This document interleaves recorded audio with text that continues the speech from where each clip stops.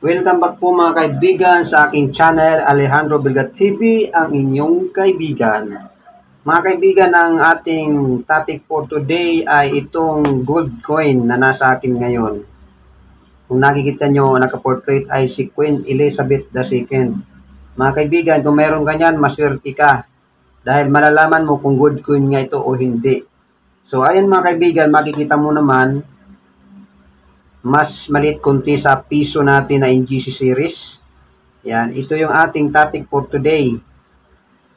Gold coin nga ba ito or hindi? Ayan mga kaibigan, mabasa mo sa kanyang portrait. Queen Elizabeth II. Yan po ang nakaportrait dyan. Siya po yung nakalagay sa baryang ito. Bale, ito mga kaibigan, ayan, smooth edge ang gilid, napakaganda. At sa likod, mababasa mo dyan yung salitang Tuvalu, 1985, 2C o 2 cents, saka yung Stingray. So, bali ang bariyang ito mga kaibigan, yung Tuvalu mga kaibigan, isa itong country in Oceania mga kaibigan. Sa South Pacific Ocean, kahilira ito ng Hawaii mga kaibigan.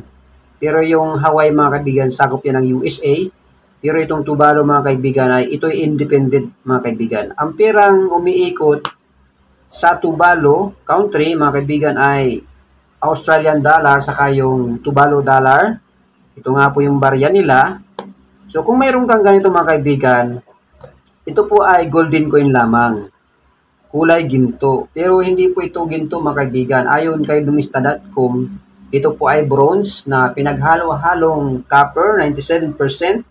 0.5% yung tin at 2.5% yung kanyang zinc.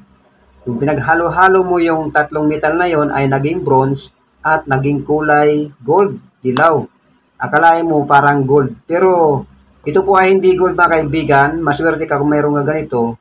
At ang kondisyon ng baryang ito ay nasa almost uncirculated coin mga kaibigan. Ayan yun mga kaibigan. Ang baryang ito mga kaibigan, ayon kay Lumista.com, ito ay mayroong 41% ang frequency sa ngayon. At ang uncirculated o ganitong klase, almost uncirculated, saka uncirculated coin ay nagkakahalaga ng 150 pesos sa kanila. Ayan. Pero kung mas pangit dito, siyempre mga kaibigan, bababa yan. Kung mas pangit dito mga kaibigan at ganitong klaseng coin, pwede yan sa 30 pesos, 20 pesos, depende sa desire ng seller at buyer. Ayan yun mga kaibigan. At tiningnan natin kay ebay.com.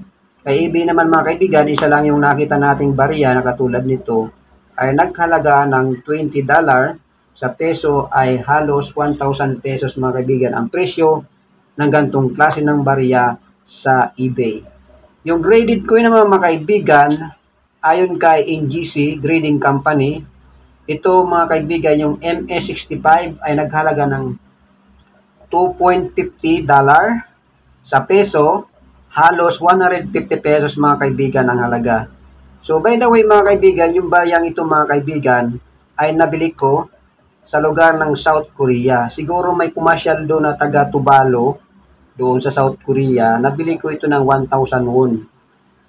1,000 won mga kaibigan sa pera ng South Korea. At sa panahong yaon mga kaibigan, ang isang 1,000 won ay nagkakalaga ng 42 pesos. Ang ibig sabihin, sa 42 pesos ko nabili mga kaibigan, kung mayroong kagantong kaganda, pwede yan mga kaibigan from 50 to 100 pesos. Almost uncirculated at uncirculated ang kondisyon na gantong barya. So ayan mga kaibigan. At sa mga coin collector group sa FB mga kaibigan, sa YouTube ay wala tayong nakitang nag-post nito.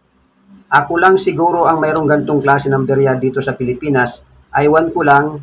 At ulitin ko mga kaibigan, ang baryang ito ay hindi po gold. Kulay gold lang. Ito po ay pinaghalong copper, zinc at tin na tinatawag na bronze mga kaibigan. So yan mga kaibigan, kung gusto mong magbenta na ganito, kung mayroon kang ganito, nasabi ko na, pero kung mas mababa ang grade dito, pag may damage ay baka hindi na po mabili. Pero kung maganda pa siya, walang damage, pwede po yan sa 30 pesos. Pero pag ganito kaganda, AU, almost uncirculated, pwede po yan ibenta kung gusto nyo sa from 50 pesos, 60, 70 hanggang 100 pesos. Nasa inyo po yan kung paano nyo prepresyohan ang inyong barya ayon sa kondisyon nito.